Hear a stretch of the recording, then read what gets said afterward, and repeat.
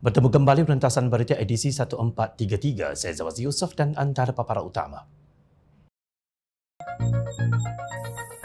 Islam apa yang PAS perjuangkan? Bagaimana PH menjunjung keadilan dan keihsanan? Membujur lalu, melintang patah. Yang tidak suka tutup mata dan telinga.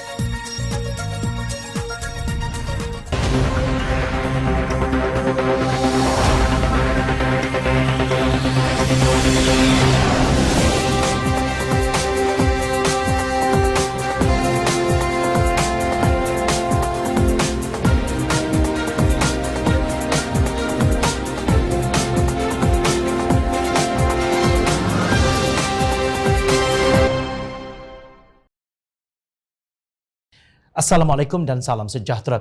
Islam apa yang diperjuangkan PAS? Ini bukan soalan daripada Jom Channel, tetapi daripada bekas Setiausaha Majlis Ulama PAS, Datuk Ustaz Dr. Muhammad Khairuddin Aman Razali. Dia berkata di Malaysia terdapat banyak kelompok Islam yang membawa obor perjuangan Islam atas nama dakwah. Antaranya Angkatan Wali Islam Malaysia ABIM, Pertubuhan Ikram Malaysia IKRAM, Jemaah Tabligh, Ikatan Muslimin Malaysia ISMA dan Pertubuhan Himpunan Lepasan Institusi Pendidikan Malaysia Haluan.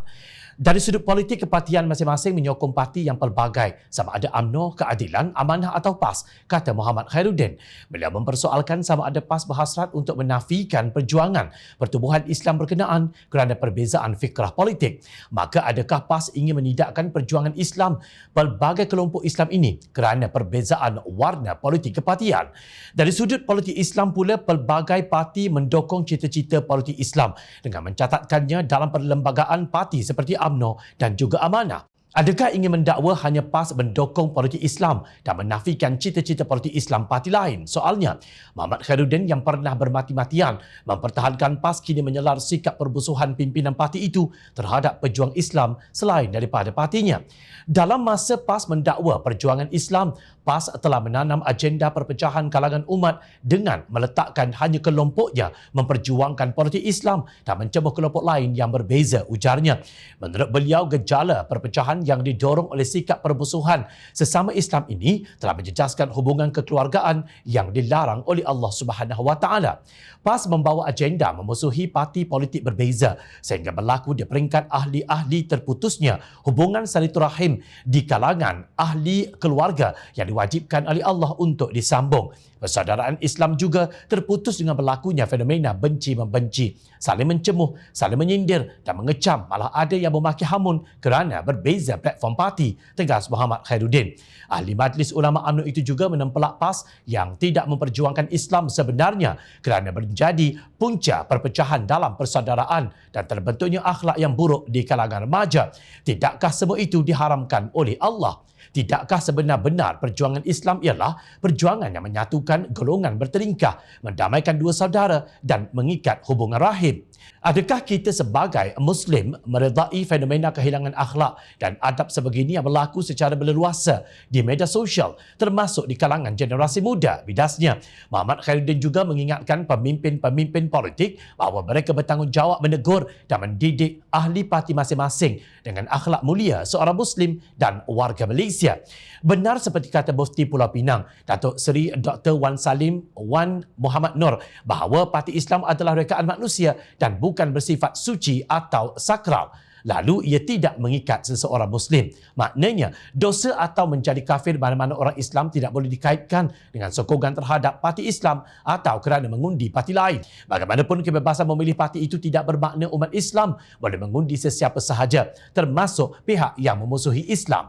Anehnya, di sebalik brouhaha pemimpin PAS kononnya menegakkan kesucian Islam, mereka beramai-ramai menyokong calon gerakan yang jelas anti hudud pada pilihan raya negeri yang lalu. Sekali lagi, Jom Channel mengingatkan penyokong PAS bahawa pada 18 Mac 2015, gerakan cuba mengheret Kerajaan Kelantan dengan memfailkan saman pemula di Mahkamah Tinggi Kota Baru bagi memohon deklarasi pembatalan terhadap enakmen Kanun Jenayah Syariah 2 1993 atau hudud yang pindaannya dibentangkan pada persidangan Dewan Undangan Negeri Kelantan sehari sebelum itu. Alhamdulillah, kes tersebut akhirnya ditolak oleh hakim apabila dibawa ke Mahkamah Persekutuan pada 20 Oktober 2015. Namun hari ini gerakan sudah menjadi rakan karib PAS dalam Perikatan Nasional. Justru jawablah dengan jujur, Islam apa yang diperjuangkan PAS?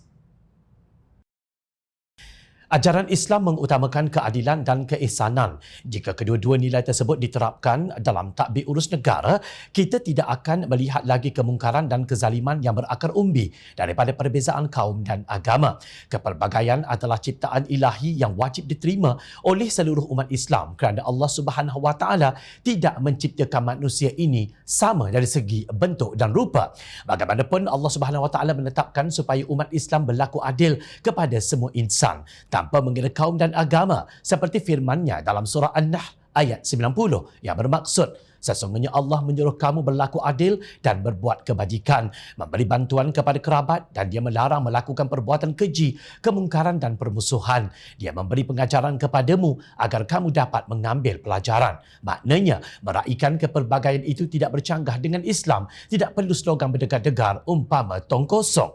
Apa yang penting dalam masyarakat ialah perkongsian kuasa, keadilan dan keihsanan demi kelestarian sebuah negara. Itulah asas yang terpahat dalam Malaysia Madani, dan itulah juga yang terjadi kepada Pulau Pinang, sebuah negeri yang diamanahkan kepada DAP sebagai ahli gabungan Pakatan Harapan untuk menguruskannya. Pakatan Harapan baru-baru ini meneruskan kuasa di Pulau Pinang dengan pelantikan Chow Kun Yeow sebagai Ketua Menteri, Profesor Dr. Muhammad Abdul Hamid dan Jagdeep Singh Dio masing-masing dilantik sebagai Timbalan Ketua Menteri 1 dan Timbalan Ketua Menteri 2. Selaku Timbalan Ketua Menteri 1, Muhammad dijangka akan mengambil alih tugas sebagai yang Dipertua Majlis Agama Islam Negeri Pulau Pinang atau MAIN PP yang dulu dipegang oleh Dato' Insinyur Haji Ahmad Zakiyuddin Haji Abdul Rahman. Pastinya ia tugas yang amat murni tetapi sukar memandangkan begitu dalamnya lubuk takfiri di bahagian utara negara ini. Sementara itu, Jagdeep Singh Dio yang memegang portfolio sains, teknologi dan pembangunan modal insan berkata dan berkhidmat kepada semua rakyat. Justru tidak perlu menjali tamel untuk memberi perkhidmatan kepada kaum tersebut, walaupun ada yang mendakwa kononnya mereka dikesampingkan. Tahniah kepada pasukan Ketua Menteri Pulau Pinang. Semoga apa yang dikatakan akan dikota. Sementara itu, demi menghargai semangat setiakawan daripada UMNO BN, Ahli Dewan Undangan Negeri Sungai Aceh Rashidi Zino dilantik ke dalam barisan Ahli Majlis Mesyuarat Kerajaan Negeri atau EXCO Pulau Pinang. Di Selangor pula, Ahli Dewan Undangan Negeri Sungai Air Tawar Datuk Rizam Ismail diberi amanah sebagai EXCO Kerajaan Negeri Selangor. Dalam pada itu, di Negeri Sembilan, UMNO BN mungkin mendapat beberapa kerusi EXCO memandangkan parti gabungan tersebut berjaya memenangi sebanyak 14 kerusi berbanding DAP 11 kerusi, Keadilan 5 dan Amanah 1 kerusi. Sebelum ini, Ahli Dewan Undangan Negeri Pakatan Harapan Aikro Ci Yi telah dilantik sebagai Timbalan Yang Dipertua Dewan Undangan Negeri yang baharu pada hari pertama persidangan kedua penggal kedua Dun Melaka ke-15 pada 31 Julai lalu. Demikian, Pakatan Harapan menjunjung keadilan dan keihsanan dengan meletakkan mereka yang ahli ke dalam jawatan-jawatan tertentu, bukan pakai tangkap muat asal Melayu Islam. Adakah Bersatu mendapat layanan seumpama yang diberi oleh Ketua Menteri dan Menteri Besar Pakatan Harapan kepada rakan-rakan parti? Belum apa-apa Bersatu Kedah dilaporkan media tidak puas hati kerana hanya mendapat 3 jawatan EXCO berbanding 5 jawatan sebelum pilihan raya negeri yang lalu. Sedangkan Menteri Besar Kedah Datuk Seri Muhammad Sanusi Maknur memegang 8 jawatan EXCO. Agaknya negeri mana yang akan berjaya meningkatkan prestasi ekonominya? Adakah negeri yang ketua eksekutifnya membolok banyak jawatan EXCO atau yang membahagi-bahagikan kuasanya berdasarkan prinsip demokrasi berparlimen dalam sistem negara persekutuan? Sesungguhnya hasil kemenangan itu bukan ghanimah untuk jadi bahan rebutan di kalangan pemimpin atau kekayaan peribadi pemimpin. Perayaan Hari Kebangsaan pada 31 Ogos ini seharusnya disambut secara penuh semangat patriotik oleh seluruh rakyat Malaysia tanpa mengira kaum, agama dan ideologi politik. Perdana Menteri Datuk Seri Anwar Ibrahim berkata tarikh keramat 31 Ogos 1957 adalah tarikh terlepasnya Tanah Melayu daripada cengkaman penjajahan British dan berikutnya 16 September 1963 terbentuknya Malaysia merupakan perayaan kebangsaan bagi menunjukkan berbilang kaum di negara ini bersatu hati dan jiwa. Mari kita meraihkan, tunjukkan bahawa kita satu generasi rakyat yang faham perjuangan bapa-bapa dan ibu-ibu kita mencapai kemerdekaan. Dan bagaimana harus kita tunjukkan kesetiaan kita adalah untuk mematuhi semangat dan prinsip perlembagaan negara dan meraihkan, menyantuni serta menjayakan kehadiran Hari Keramat 31 Ogos, katanya dalam satu siaran media. Sehubungan itu, Anwar berharap rakyat Malaysia dari seluruh pelosok negara mengibarkan jalur gemilang tanda syukur di atas ketenteraman, kemakmuran dan kenikmatan hidup di dalam negara Malaysia tercinta. Saya syorkan mulai sekarang sehingga 31 Ogos Hari Kemerdekaan Negara dan seterusnya Hari Malaysia 16 September, kita kibarkan jalur gemilang dengan megah di setiap kenderaan, di setiap jabatan, di rumah, di mana sahaja, untuk menunjukkan bahawa Malaysia sekarang bangkit sebagai negara yang bersatu padu, yang punya cita-cita dan yang punya idealisme untuk menghayati semangat kemerdekaan itu. Mulai hari ini sehingga 31 Ogos Hari Kemerdekaan Tanah Melayu dan 16 September Hari Malaysia, kibarkanlah bendera Malaysia jalur gemilang. InsyaAllah ia merupakan satu cetusan semangat baharu dan petanda perubahan dalam negara kita, katanya. Seruan itu dizahirkan melalui satu video ucapan khas Perdana Menteri sempena Hari Kebangsaan 2023 diterbitkan RTM. Malaysia Madani, tekad perpaduan penuhi harapan, dipilih sebagai tema sambutan Hari Kebangsaan dan Hari Malaysia tahun ini. Ketika persiapan bagi kemuncak sambutan Hari Kebangsaan 2023 di Putrajaya pada 31 Ogos ini berjalan baik, Menteri Komunikasi dan Digital Fahmi Fazil berharap semua negeri menggunakan tema serta logo sambutan yang sama seperti diperkenalkan Kerajaan Persekutuan. Beliau menerima respons beberapa menteri besar yang menyatakan kesediaan menggunakan logo serta tema sambutan yang sama di peringkat negeri. Semua negeri diharap turut serta guna tema sama. Ini harapan kita. Masa berpolitik telah pun tamat. Pilihan raya negeri PRN telah pun selesai. Satu ketika dahulu kita kibarkan bendera parti. Sekarang kita kibarkanlah bendera Malaysia. Ini tujuan kita. Tugasan kita untuk rapatkan silaturahim, eratkan hubungan sesama kita dan pupuk perpaduan, katanya, berucap pada Perhimpunan Bulanan Kementerian Komunikasi dan Digital KKD baru-baru ini. Sementara itu, Fahmi meminta semua jabatan dan agensi di bawah KKD memainkan lagu tekad perpaduan penuhi harapan yang menjadi lagu tema sambutan Hari Kebangsaan dan Hari Malaysia tahun ini di premis masing-masing. Ia lagu menarik dengan melodi yang baik. Saya harap kerjasama semua agensi untuk memainkan lagu ini sebanyak mungkin, katanya, dan menambah perkara itu akan turut dipanjangkan kepada kementerian lain. Lagu tekad perpaduan penuhi harapan ciptaan Muhammad Afan Mazlan atau lebih dikenali sebagai Afan Mazlan dan dinyanyikan oleh dua penyanyi popular, Aina Abdul dan Kai Bahar, menterjemahkan perasaan dan ekspresi masyarakat Malaysia yang berbilang bangsa, hidup dalam keharmonian, sehati dan sejiwa sekaligus membarakan perasaan cinta kepada negara. Ayuh rakyat Malaysia, kita kibarkan jalur gemilang bendera keramat Malaysia berdaulat. Ayuh kita semua perbaharui tekad dan rasa cinta dan bersama berganding bahu dan bersatu padu kukuhkan semangat perjuangan menuntut kemerdekaan dan pembentukan negara Malaysia tercinta. Usah dibiarkan keharmonian negara dan ketenteraman rakyatnya diganggu gugat oleh mereka yang tidak pernah menghargainya, apatah lagi bertanggungjawab mempertahankannya. Lawan setiap anasir yang boleh memecah belahkan kita, tentang mereka yang berniat jahat menjatuhkan maruah negara, membujur lalu, melintang patah. Selamat menyambut Hari Kebangsaan Malaysia Madani, tekad perpaduan penuhi harapan. Tahniah diucapkan kepada Presiden UMNO yang juga pengerusi Barisan Nasional BN serta kepimpinan BN atas kejayaan wakil rakyatnya dilantik menjadi ahli mesyuarat kerajaan negeri ESCO di 3 negeri, terutama di Pulau Pinang dan Selangor, di mana Barisan Nasional sebelum ini berada di Blok Pembangkang sejak tahun 2008. Ahli Parlimen Pengerang Datuk Seri Azalina Osman Said menyifatkan BN telah lulus dalam ujian pertama dan kini melangkah masuk ujian kedua, iaitu bekerjasama dalam pentadbiran negeri di Selangor, Negeri Sembilan dan Pulau Pinang. Sebagai Ketua Penerangan UMNO, saya membaca dengan teliti semua pandangan serta teguran yang dilontarkan semua pihak, tidak kira dari dalam parti maupun luar parti, kerana kita tahu sebagai parti yang ditubuhkan sejak 1946, ini satu manifestasi bahawa ramai yang sayangkan parti ini. Inilah amalan demokrasi dalam parti di mana setiap ahli boleh memberi pandangan. Tetapi dalam konsep demokrasi juga, ada calon kalah dan ada calon yang menang dalam pilihan raya. Sudah tentu kita tahu dan faham akan realiti ini coreknya dalam satu kenyataan media. Menurut Azalina, menuding jari terutama apabila kita kalah merupakan satu kerja yang mudah.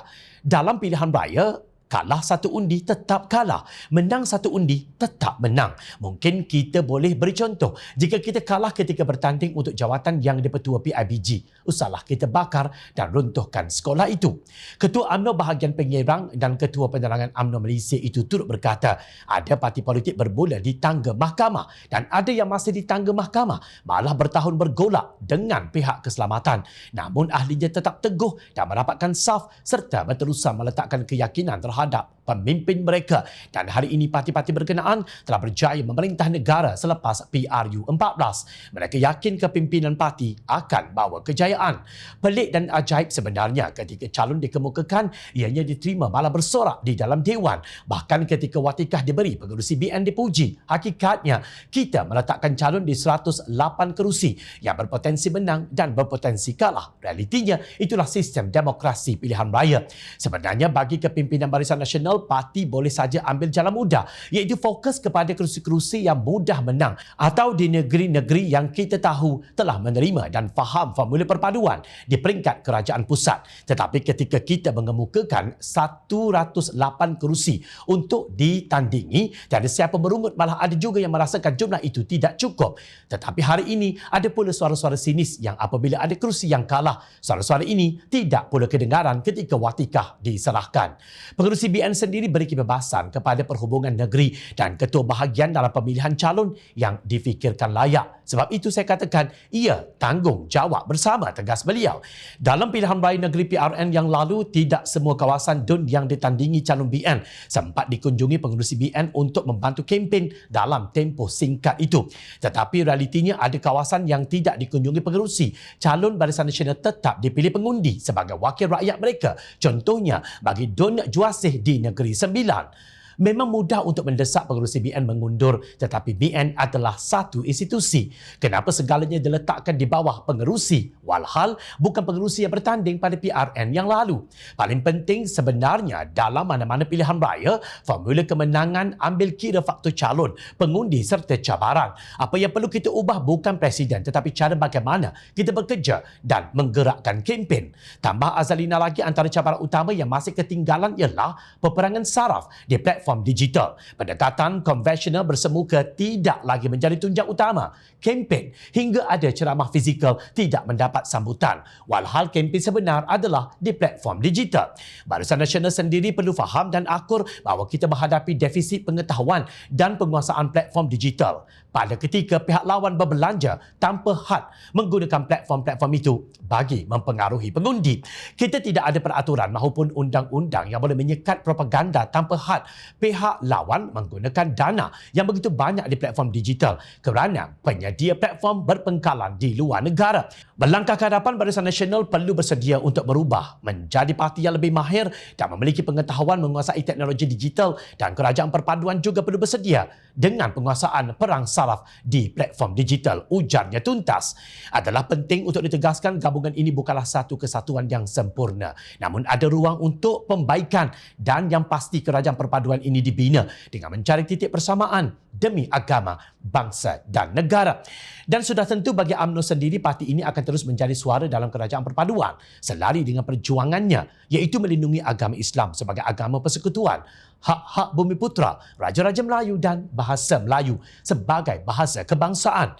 Ini termasuk menjadi suara kepada kedaulatan undang-undang dan segala kelemahan, kekurangan dan salah guna kuasa dalam pelaksanaan undang-undang, dan proses keadilan dibangkitkan melalui saluran yang betul, kerana kita perlu menghormati pengasingan kuasa yang terdiri daripada badan eksekutif, kehakiman dan perundangan. Yang tidak suka boleh tutup mata dan telinga. Persoalannya, adakah sudah tiba masanya untuk UMNO bertanding atas tiket UMNO pada pilihan raya akan datang, atau masih lagi di bawah bendera Barisan Nasional ataupun di bawah Barisan Nasional dengan gabungan baharu? Tepuk dada, tanya selera. Ingat, rakyat sentiasa memerhati. Jom Channel ingin mengucapkan jutaan terima kasih kepada para penyokong dan kepada yang berminat untuk memberikan sumbangan bagi membolehkan kami meneruskan perjuangan menyampaikan berita yang benar. Sumbangan boleh dibuat melalui akaun bank yang tertera. Secara rakyat kami sampaikan demi negara tercinta. Saya Zamaz Yusof. Terima kasih untuk perhatian yang anda berikan. Assalamualaikum. Salam sejahtera. Kita jumpa lagi.